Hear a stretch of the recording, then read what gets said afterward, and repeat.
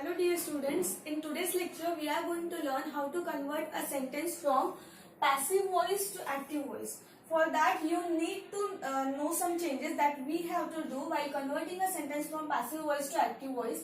The first thing that we have to do is, if the sentence in passive voice is having am, is, are plus V3, then we have to convert a sentence as V1. Only the form of verb will be V1. If in given sentence there is helping verb was or were plus V3, that time the only thing that you have to do is you have to convert the form of the form of the verb into V2. If the sentence is having be plus V3, that time you have to use suitable form of helping verb and V1. If the sentence is having been plus V3, that time you have to use suitable helping verb plus V3. If the sentence is having being plus V3, that time you have to change it as helping verb, suitable helping verb plus V1 plus ing. So these are some changes that you have to follow while converting a sentence from passive voice to active voice. Now, there are some rules that you need to follow while converting a sentence from passive voice to active voice, and those rules are: the first rule is the word or words after by in passive sentence to be mentioned as subject in active sentence. So जो हमारा sentence रहेगा, मतलब given sentence जो है, अगर हमारा passive voice में है तो हमें उस सेंटेंस को एक्टिव वॉइस में करते टाइम जो हमारे वर्ड या फिर वर्ड्स आफ्टर बाय जो सेंटेंस में रहेगा, उसके बाद में जो कोई भी वर्ड या फिर वर्ड्स है उसे हम लोग एज अ सब्जेक्ट मेंशन करेंगे इन active sentence. But in case if word after by are absent, then use suitable pronoun or exact noun as subject according to the sentence. मतलब अगर कभी कभी ऐसे हो सकता है कि by प्लस सेंटेंस उस सेंटेंस में एब्सेंट है, तो उस टाइम में हम लोग क्या करेंगे? तो उस टाइम में हम लोग जो कुछ भी हमारा सुटेबल उस सेंटेंस के अकॉर्डिंगली जो कुछ भी हम लोगों को प्रोनाउन या फिर एग्जैक्ट नाउन सूट करता है, उसे हम लोग उस सेंटेंस में एज अ सब्जेक्ट यूज करेंगे. So this is our first rule. Now let's come to the second rule. Use suitable helping verb for simple present and simple past tense. Helping verb will be skipped. Okay, so हम लोगों को ये first rule follow करने के बाद second rule में कहा गया है कि हम लोगों को सुटेबल हेल्पिंग वर्ब जो है according to the tense of sentence हमें यूज करना पड़ेगा. लेकिन अगर हमारा गिवन सेंटेंस सिंपल प्रेजेंट या फिर सिंपल पास्ट टेंस में है, तो उस कंडीशन में हम लोग हेल्पिंग वर्ब वाला रूल स्किप कर देंगे. क्यों कर देंगे? क्योंकि हम लोगों ने टेंसेस में जब रूल्स पढ़े थे, मतलब टेंसेस जब पढ़े थे, तब हम लोगों ने देखा था कि सिंपल प्रेजेंट टेंस और सिंपल पास्ट टेंस में कोई भी हेल्पिंग वर्ब यूज नहीं होता. सो इन द सेम वे, अगर यहाँ पे हमारा sentence given sentence simple present या फिर सिंपल पास्ट टेंस में है, तो उस टाइम हम लोग हेल्पिंग वर्ब नहीं लिखेंगे. मतलब ये सेकेंड रूल उस टाइम में हम लोग स्किप कर देंगे. Now let's come to the third rule.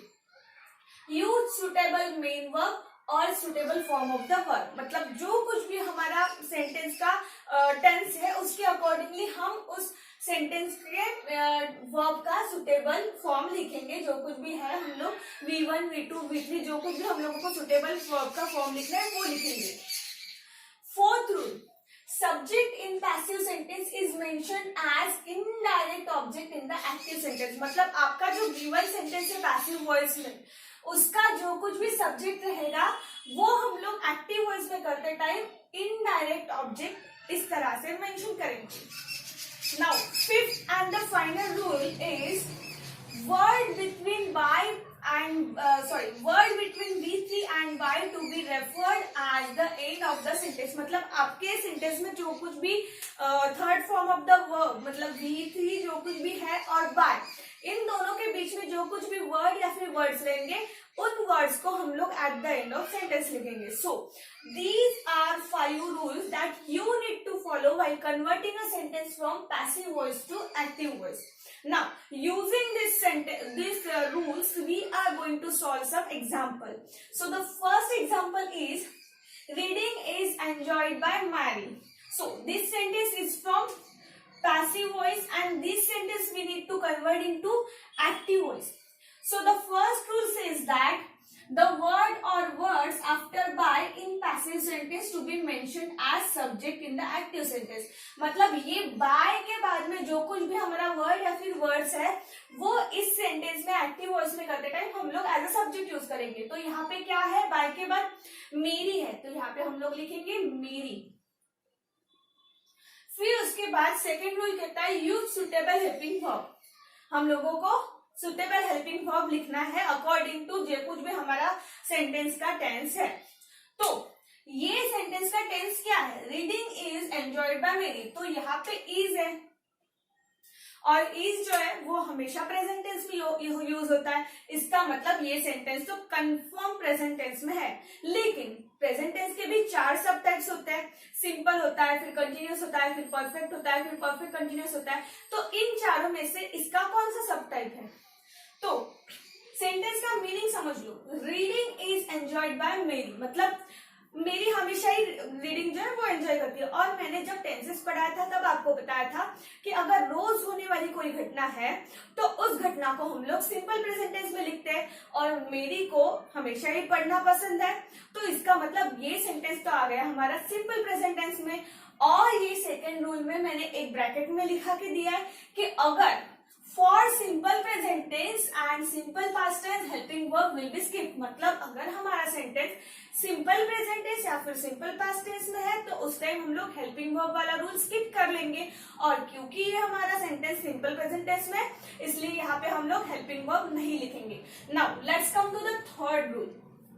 Use suitable main verb और suitable form of the verb. मतलब जो कुछ भी आपका सेंटेंस का टेंस है उसके अकॉर्डिंगली आपको V1, V2, V3 लिखना है. क्योंकि हमारा सेंटेंस सिंपल प्रेजेंट टेंस में तो सिंपल प्रेजेंट टेंस में हम लोग तो V1 लिखते हैं. तो यहाँ पे सबसे पहले तो वर्ब ढूंढना पड़ेगा. वर्ब कौन सा है, यहाँ पे एंजॉयड हमारा वर्ब है और इस एंजॉयड का V1 जो होता है वो होता है एंजॉय. बट जब हम लोगों ने सिंपल प्रेजेंट टेंस पढ़ा था तो मैंने एक रूल उसके साथ पढ़ाया था कि अगर हमारा सब्जेक्ट थर्ड पर्सन सिंगुलर है तो उस टाइम हमारे V1 के साथ SES या फिर IS लगता है. तो यहाँ पे हमारा जो सब्जेक्ट है मेरी वो थर्ड पर्सन सिंगुलर है इसलिए हम लोग इस एंजॉय के साथ में SES या फिर IS लगाएंगे. क्योंकि एंजॉय में O एंड Y है एट द एंड इसलिए यहाँ पे लग जाएगा S. तो ये हमारा हो गया third rule. Now let's come to the fourth rule. Fourth rule says that subject in passive sentence is mentioned as indirect object in the active sentence. तो इस सेंटेंस में सब्जेक्ट कौन सा है, रीडिंग. तो इस रीडिंग को हम लोग यहाँ पे एज ए इनडायरेक्ट ऑब्जेक्ट लिखेंगे, रीडिंग. फिर उसके बाद फिफ्थ रूल कहता है word between V3 and Y to be referred as end of the sentence. मतलब इस V3 और Y के बीच में जो कुछ भी वर्ड है वो at the end of sentence लिखते हैं. पर यहाँ पे तो कुछ वर्ड है ही नहीं तो यहाँ पे नहीं है तो नहीं लिखेंगे. तो इस तरह से हमारा पहला सेंटेंस जो है वो पैसिव टू एक्टिव कन्वर्ट हो गया. और ये पहला सेंटेंस था रीडिंग इज एंजॉयड बाय मेरी जो कन्वर्ट होके बन गया मेरी enjoys reading. In the same way हम लोग अभी सेकेंड वाला सेंटेंस करते हैं. सेकेंड वाला सेंटेंस है the room will B clean bye John every day. तो सबसे पहले हम लोगों को लिखना होता है बाय के बाद वाले वर्ड. बाय के बाद में क्या है, जॉन. ठीक है, तो यहाँ पे लिखेंगे जॉन. फिर उसके बाद सेकेंड रूल कहता है use suitable helping verb. Suitable helping verb use करना है. कौन सा हेल्पिंग वर्ब यूज करेंगे, ये कैसे फाइंड होगा, टेंस फाइंड करके. क्योंकि यहाँ पे विल भी है मतलब ये सेंटेंस फ्यूचर का है तो या तो यहाँ पे विल या फिर शॉल दोनों में से हेल्पिंग वर्ब आएगा. जॉन के साथ हेल्पिंग वर्ब आता है विल तो यहाँ पे विल लिख लिया. उसके बाद थर्ड रूल कहता है यूज सुटेबल मेन वर्ब. मतलब जो कुछ भी आपका टेंस है उसके अकॉर्डिंगली V1, V2, V3 जो कुछ भी लिखना है वो लिखेंगे.